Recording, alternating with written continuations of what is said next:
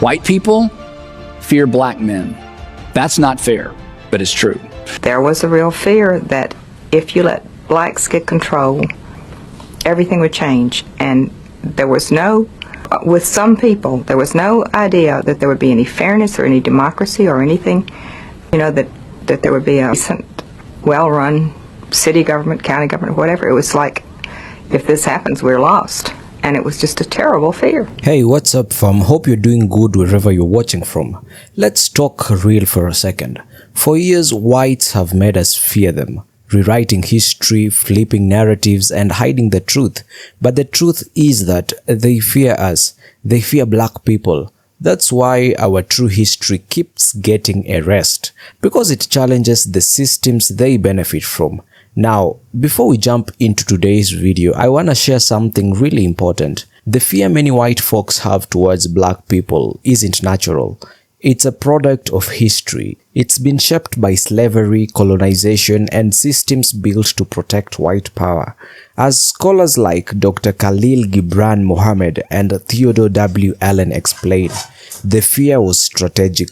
It was used to justify oppression and keep us divided. From media stereotypes to mass incarceration, the image of black people as a threat is everywhere, but it's a lie, it's a projection, it's guilt, it's control. So in today's video, we are simply unpacking this fear.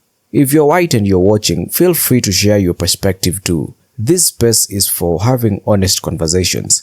If it's your first time here, please welcome and feel free to subscribe to this channel. If you are a returning viewer, thank you. Seriously. A lot of we'll talk about police brutality.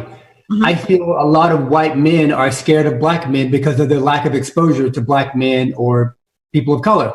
I'm not scared of black men. I'm not scared of Latino men. I've been around them my whole life, right?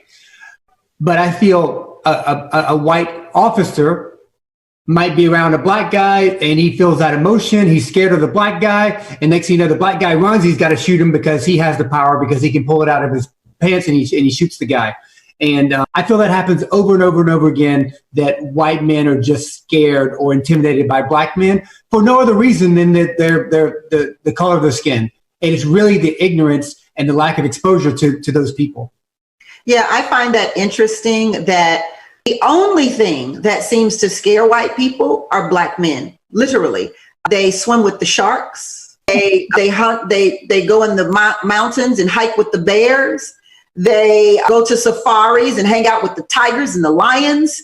I mean, literally, they go into the ocean and they find these indescribable ocean beings. They jump off a 1,000-foot cliff. They jump off of cliffs. They skydive. I mean, literally, white people do everything you can imagine that would kill them. And the one thing that only scares them is black. And that's unfortunate, because our history as black people does not reflect in any way factually that we are a violent people. And I believe Minister Farrakhan said that the best when he said, we don't have a history of killing you. You watch the video of the black men killed by white cops in Louisiana and Minnesota, it brings us into a need for soul searching in the country. All the things Bill Clinton did and said, one of the profound things he ever said at the end of his administration was, on race, we have to get to the roots of black pain and the roots of white fear. Clinton, a white kid from the South, had seen everything. And white fear is that you walk down the street, like Barack Obama said about his white grandparents, and they're afraid because they have black men walking about 30 feet behind them. Black pain, you've been stopped for no reason while walking to the mall, or you've been asked by an usher at a basketball game to show your ticket when the 4 white friends from the office sitting next to you don't have the usher ask them for their tickets. That's black pain and white fear, and together you could see it with these cop incidents. The white cops in Minnesota and in Louisiana showed fear on their faces. In Minnesota, because the gentleman said he had a permit for a concealed carry, and when he went for his wallet, the cop shot him. And the cop was more unhinged than the African-American girlfriend, who remained calm. In Louisiana, somebody shouted he has a gun. You could see the white fear on the face of the cop as he pulled his gun out and shot him in the chest. Dick Gregory, who was an African-American comedian back in the early 60s, once said about racism in the North and South, there's racism in both places. In the South, you can get close to white people, but just don't get too big. In the North, you can get as big as you want, but just don't get too close. We still have racism in this country. We have to get to the roots of black pain and white fear, or more of these things will happen, and it'll keep happening. White people fear black men. That's not fair, but it's true. What makes this even more unfair is that in the vast majority of cases, our fear of black men is in no way connected to our personal experience. And if that wasn't unfair enough, study after study has shown, you know this, that fear of black men doesn't even spring primarily from racism. It's deeper than that. And that's not fair to black people or white people. Most black men have experienced what some people refer to as the fearful gaze of white men and women. Then on the other side of the equation is this: the majority of African Americans in our country, they don't trust the criminal justice system, do you? I mean, you fear the police. That's not fair. Facts don't care. The white people who have all but silenced their fear of black men are the white people who have befriended black men or have been befriended by black men and their families. I've been to my share of, far right-leaning churches and churches that lean far left, and it's so much easier for those pastors. I mean, everybody pretty much agrees on everything, and everybody else, everybody else is just going to hell, right? It is not enough not to be a racist. It is not enough not to be a racist. Non-racist is not the goal.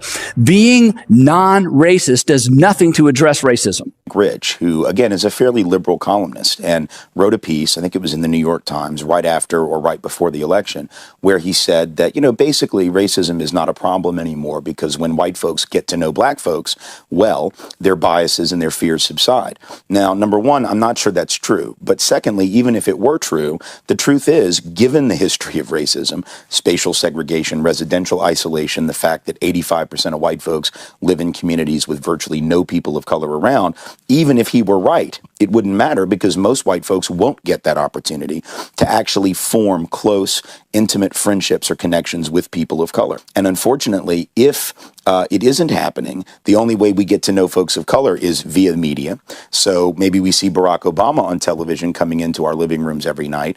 And over an 18-month to 2-year period, we're able to say, yeah, I sort of like that guy. He seems really capable and really bright. Maybe I wasn't sure at first, but given 2 years, he was able to overcome, maybe my first impression. But the only other folks we're seeing in the media are either folks who are sort of superstars on the one hand or criminals on the other hand. Those are the black folks we typically see on TV. They're either like mega millionaire athletes or entertainers, or they're the folks doing a perp walk on the 6 o'clock news that the cops have just gone arrested and haven't even let them put a shirt on before cuffing them and bringing them out in front of the cameras. If the only people you see regularly are superstar millionaires and thugs, for the average person, they can't relate to either of those, right? The average person of color can't, and the average white person can't. Welcome back, guys.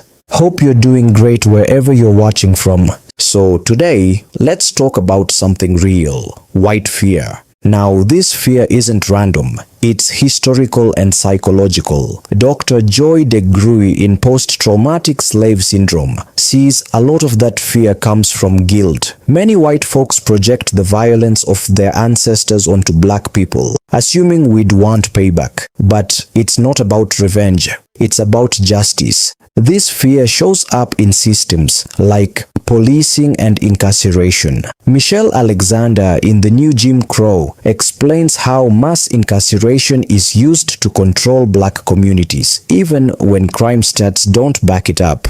There's also fear of black progress. Look at what happened to Black Wall Street in Tulsa. Every time we rise, it threatens the systems that keep whiteness tied to privilege. And when we organize, movements get crushed. From the Panthers to MLK, unity has always been met with resistance. Dr. Claude Anderson says the real threat is black economic and political power, not just our success, but our togetherness. Then there's the contradiction. They fear us, but love our culture. From music to fashion, blackness gets copied, but black people get policed. And the media, it keeps feeding this fear, showing us as threats while ignoring the truth.